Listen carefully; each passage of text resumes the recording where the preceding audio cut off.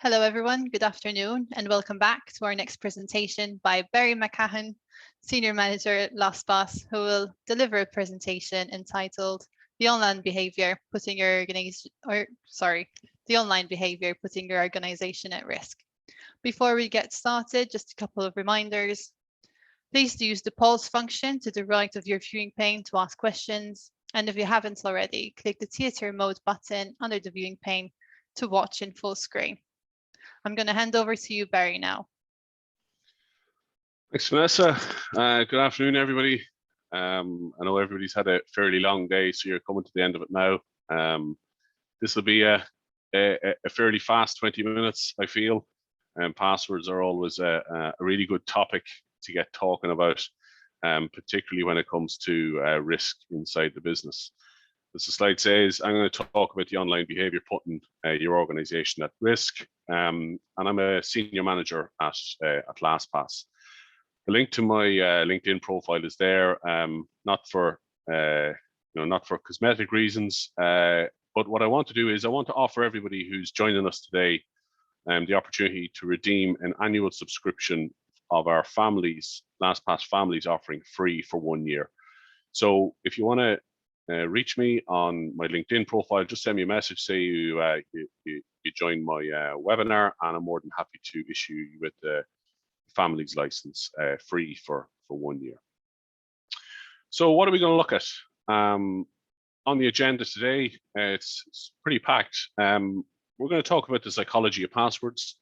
We're going to look at adoption of technology. We're going to look at the priority challenges that are facing UK businesses today. We're going to look at security and efficiency, and then influencing the exec board. I should point out that an awful lot of what I'll discuss today is based on research with analysts, commissioned research that we've done ourselves at Lastpass, and then just some real world examples. I'm more than happy to share all of the reference to material in here. Just reach out to me and I'll find a way of getting it to you. But I'll be sure to call out some of the key items in the core material that I've used. And as I said, if anybody wants more of the white papers or infographics or info briefs, please do let me know. So I didn't do a poll today, but I did a poll with IDC in a webinar that I gave in September. And one of the questions that I asked was, do you enjoy or have you ever enjoyed changing your passwords? 13% said that it was a part of their day that fills them with delight. And 87% said, please end this torture. I'm not sure what 13% of the respondents do for fun and what delights them, but changing passwords to me is not something that I would think of. I can't wait to sit down and do this. It's painful, and it is torturous in my view. Anytime I forget a password or anytime I need to go to an account that I haven't added into my Lastpass account, it can be fairly soul destroying. So just bear that in mind as we go through this, right? Because this is at the core of what's putting your organizations at risk. We're just about to release our Psychology of Passwords report for our business-to-business market. We did a Psychology of Passwords report for our B2C part of our market over the last couple of years. This year, we're doing one for our B2C audience as well. And what you typically find is that there's a bit of a paradox going on. Lots of people are aware, but they're not doing what they should be doing. And so, for example, we have 79% of people say that, compromised passwords are concerning, yet 51% rely on their memory to keep track of their passwords. And that just leads to other behaviors, right? So, 92% know that using the same password or a variation of a password is a risk. Yet that's probably what an awful lot of people are doing if they're not using a solution such as a password manager and relying on their memory to keep track of passwords. And then 65% always or mostly use a variation of the same password. So while it's a risk to reuse the same password, if you're using a variation of that password, it's not much more secure than just using the same password everywhere, because a variation on that password, be it a change in a letter to a number or a number to a symbol or whatever the case might be, and trying to remember all of them just doesn't work. Probably one of the most concerning stats for me out of this particular report is that 45% of survey respondents didn't change their password in the past year, even after a breach had occurred.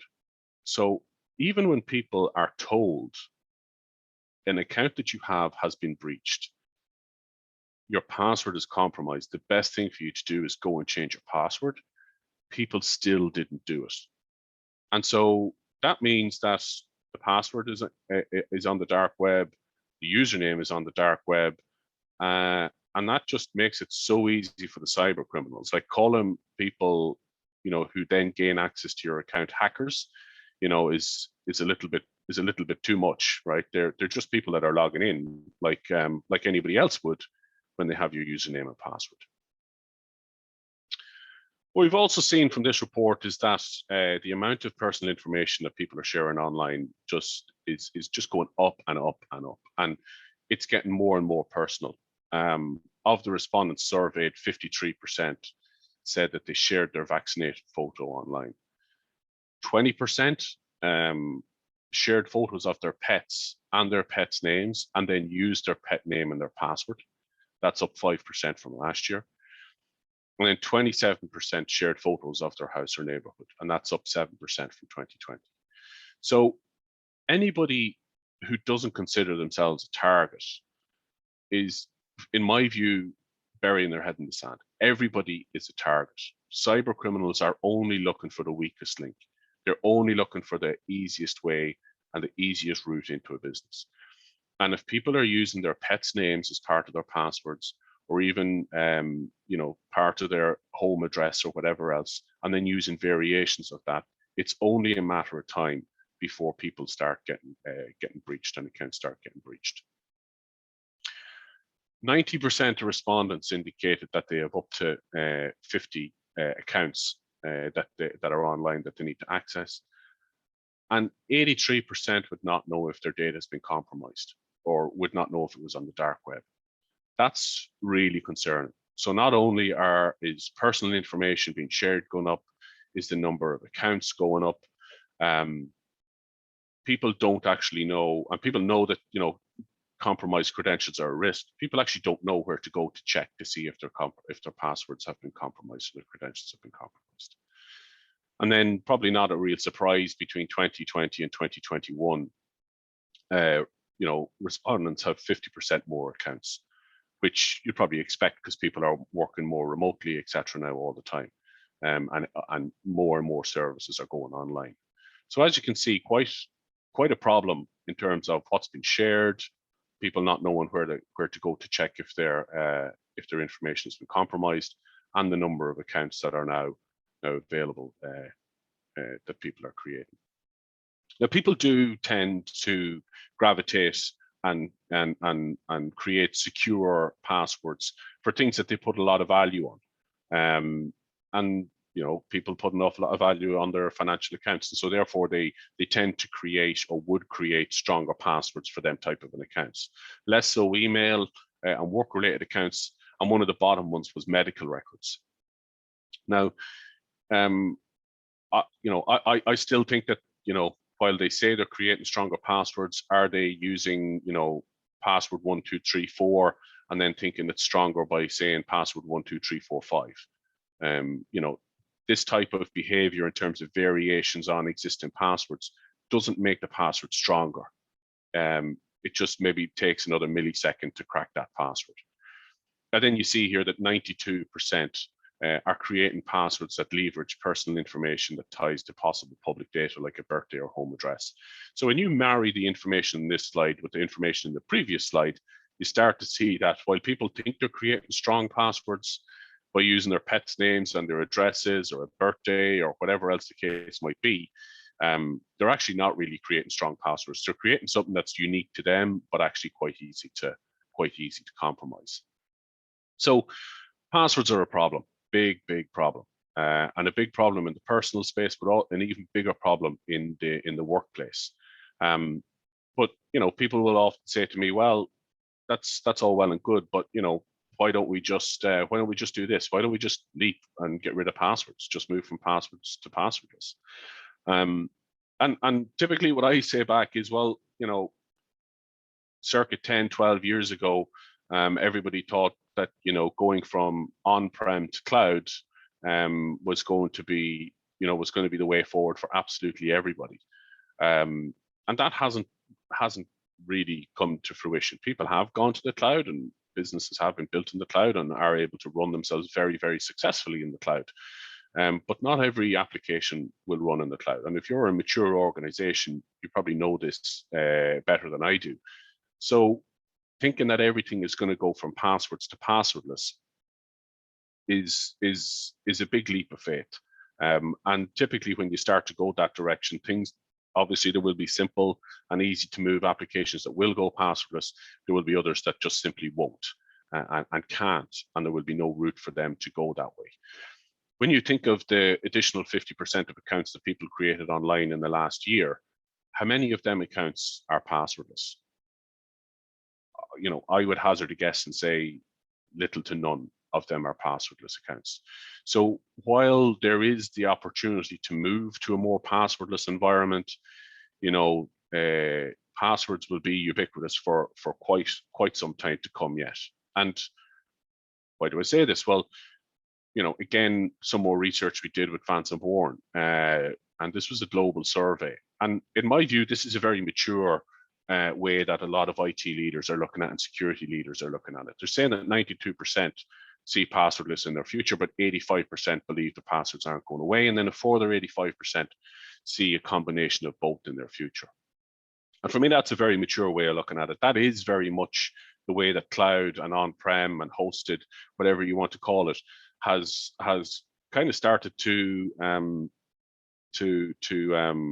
direction that it's really starting to take. And so you'll find a lot of large organizations will have applications in their own data centers, but we run other applications in cloud infrastructure. You'll also find some smaller organizations will also have some applications that will run, and they'll need on-premise infrastructure for certain solutions, maybe some homegrown applications, but then be able to run other stuff in the cloud. And it's going to be the exact same way with passwordless in the future. It would be silly of me to present to people today on passwords and say that passwordless is not coming. Passwordless is 100% coming, but there's a good way to go before that happens. So in terms of adoption and technology, anybody who's seen me present before or listened to any of my presentations before, this is a slide that I contain in pretty much all of the presentations that I give over the last couple of years. And the reason being is that user experience is still at the center of the tension that is there between security and productivity.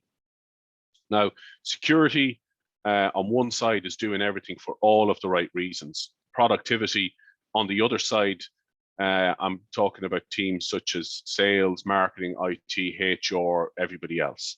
And in the middle, you have user experience. And typically what ends up happening is security is doing things for all the right reasons, but may not always be considering user experience and the experience that the end user needs to have to make that a worthwhile experience to go through. The other side, on the productivity side, you have all them teams.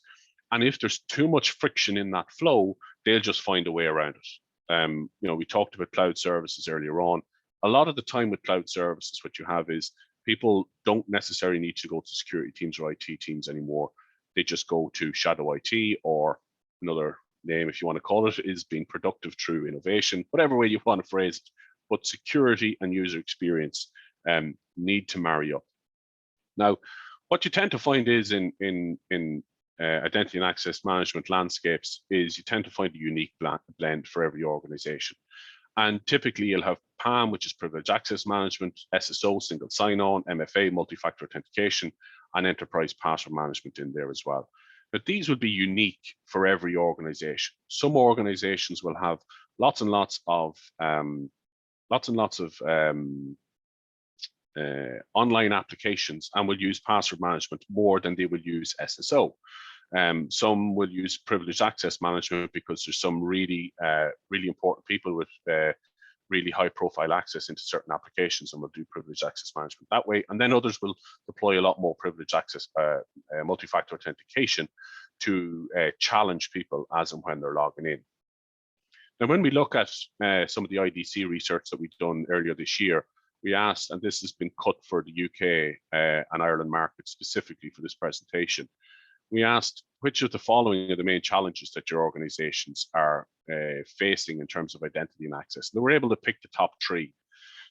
And just some of the things that came out was balancing security requirements and user experience for employees. Now that's a top one. It was a top one prior to the pandemic. It's growing in even greater significance now because people aren't there where IT leaders and security leaders can actually influence them to do the right thing. They need them to be doing the right thing even when nobody's watching. Employees struggling with too many passwords and poor password hygiene and practices as well, right? So we're seeing passwords there really across the top 3 are really a solution or a challenge that people are trying to solve. Now, if they're the challenges, we also ask them, well, then people who have deployed password management, what are the main reasons that you did deploy it for? And the number 1 reason was that SSO is not universal across all of our apps.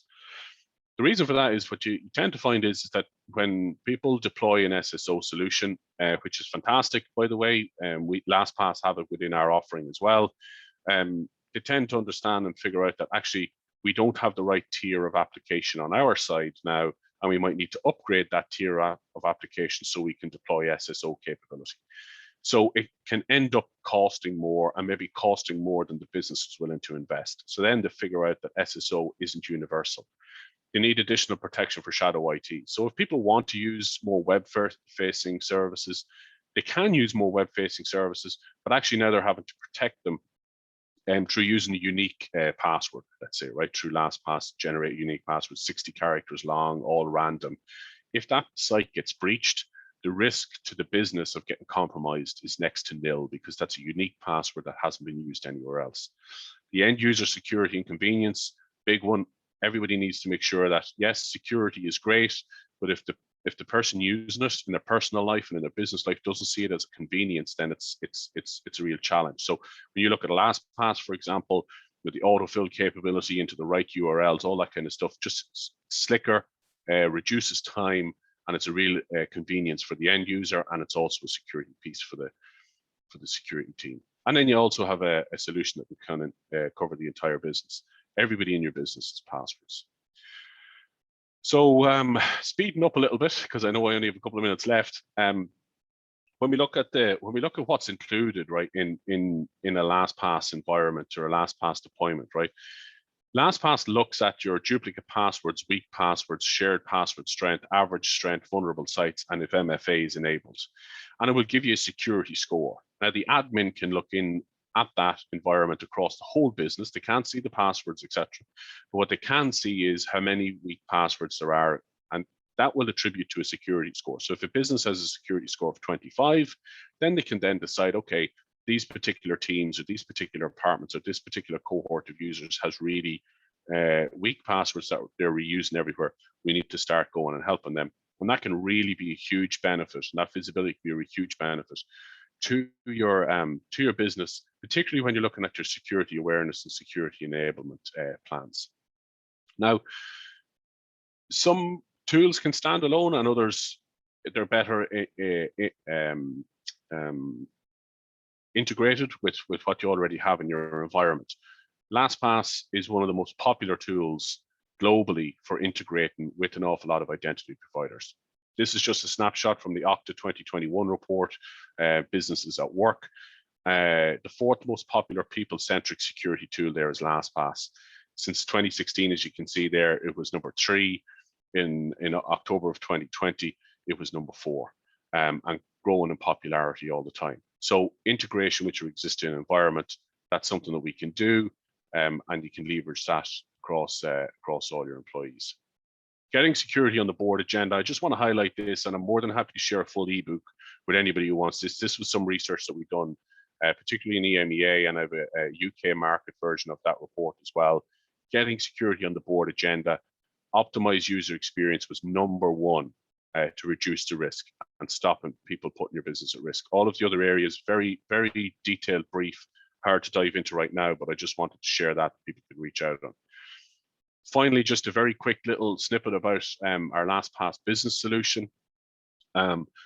LastPass is structured in such a way that our business offering has our enterprise password management solution, and we have over 100 policies in there. So really ready for the enterprise, be that small or be that large enterprises. Within that password management capability, you get, we give you the option to try before you buy. So what we do is you can integrate 3 cloud apps into our SSO and MFA environment, see what you think of it. And if you like it, then you can start and you can move up a level and purchase our SSO and MFA offerings there as add-ons to your existing package. So then just wrapping up, address the online behavior putting your organization at risk. Again, focus on user experience. People are creating more and more accounts. They have more and more accounts in their vault, and they have more and more accounts that they're using on a daily basis. Try and get people away from putting stuff on sticky notes, and get it into a secure vault. Focus on familiarity and continuity. Something that people use in their personal life and people use in business is of huge benefit. With Lastpass, when you purchase enterprise solution, you also get the family's accounts for every user free as well. So you're trying to protect people in the home environment, let's face it, where they're working and could be working for another period of time. But also then when they're doing their work inside the work environment as well. So that continuity of familiarity is important. Right size the IAM landscape. A lot of organizations put in different tools in the last 18 months and are now starting to realize that maybe this wasn't the right fit for us. So make sure your identity and access management landscape is the right fit for your business. Demonstrate how security can be a business enabler. Again, that's looking from the admin side, looking into the LastPass environment, who's adopted, who's reusing passwords, who's putting the business at risk. And then you'll be able to see in a lot more detail how you can change the risk profile of your business, but also demonstrate return on investment. And then last but not least, don't forget about user experience. That is what people will gravitate to all the time. As a customer said to me recently, it's all well and good having a tool in place, but if people can't use it, then it just becomes expensive shelfware. And that's true for all applications, but it's really, really true for any type of security solution. Thanks very much for listening. I'm sure Vanessa has a couple of questions, but as I said at the start, anybody who wants to ping me on LinkedIn, please do. More than happy to share a free annual subscription to our families offering as well. Thank you so much, Barry. Great presentation. We do have a couple of questions that came through. Cool. So the first question is, how can I make my employees more conscious of the risks of using easy passwords? Make it very real for them. There's loads of different ways you can do it. I have a slide that I typically present as well, and it's just a big slide of Virgil van Dijk.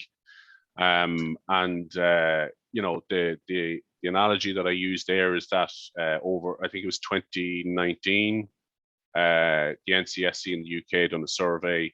They found that of the compromised accounts that they were able to look at, they found Liverpool was the password on something like 280,000 of them accounts. Right, so make it real for your employees. Look around at your office, get the Liverpool supporters. Can't understand why anybody would be a Liverpool supporter myself, but get the Liverpool supporters to put their hands up and then ask them, are you using Liverpool as a password or a variation of Liverpool as a password? Kind of make it fun, but it's that type of fun that kind of really highlights where the challenge is. I'd also say as well is that, don't scapegoat your employees, right? People, not all people understand where the risks are.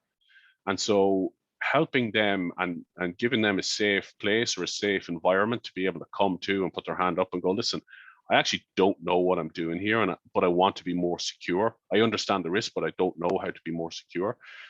That's a really good situation to be in. And some of the best organizations that see security tools being adopted and have all of their employees nearly as ambassadors for security, that's the type of behavior that they typically demonstrate. And then the last thing I'd say on the finesse is, make it personal for them. Let's be honest, most people don't really care if the if a business application at work gets breached, right? Let's be honest Yeah. about it. What they will care about is if where they have all their family photos stored gets breached, right? So make it real in that regard, and that's why I'm saying, like, that's one of the things LastPass has done for a very long time, is offered a consumer password offering free when organizations purchase our enterprise and corporate offerings, because we see a huge correlation between people practicing really strong passwords and good password behavior in their personal life and their personal environment, and then bringing that into the business as well. So they're just a couple of tips that I have. Thanks so much. There's another question that came through, which is, I think they're questioning, what do you mean by passwordless? Is it Face ID as phones do now? Is that what you were referring to in your presentation? Not really. Like, that's more of a biometric convenience, is how I'd put it. Passwordless is truly removing the password from the user flow. So when they're, when they're logging into systems, or when they're gaining access to systems, that they don't need a password. Now, that might be that they're using a trusted device.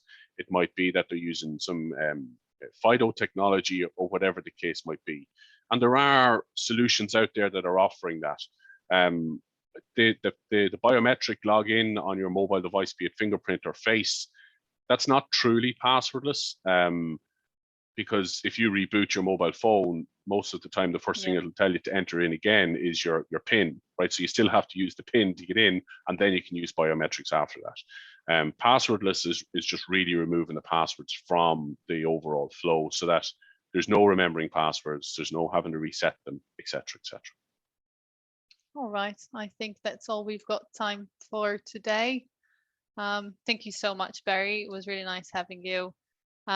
It's time to wrap up the session, but please join the next session to listen to our exclusive interview with Tim Brown, VP and CISO at SolarWinds. So thank you so much, Barry. I'll see everyone else at the next session. Bye. Thanks all. Thanks, Vanessa. See you. Bye-bye. Bye.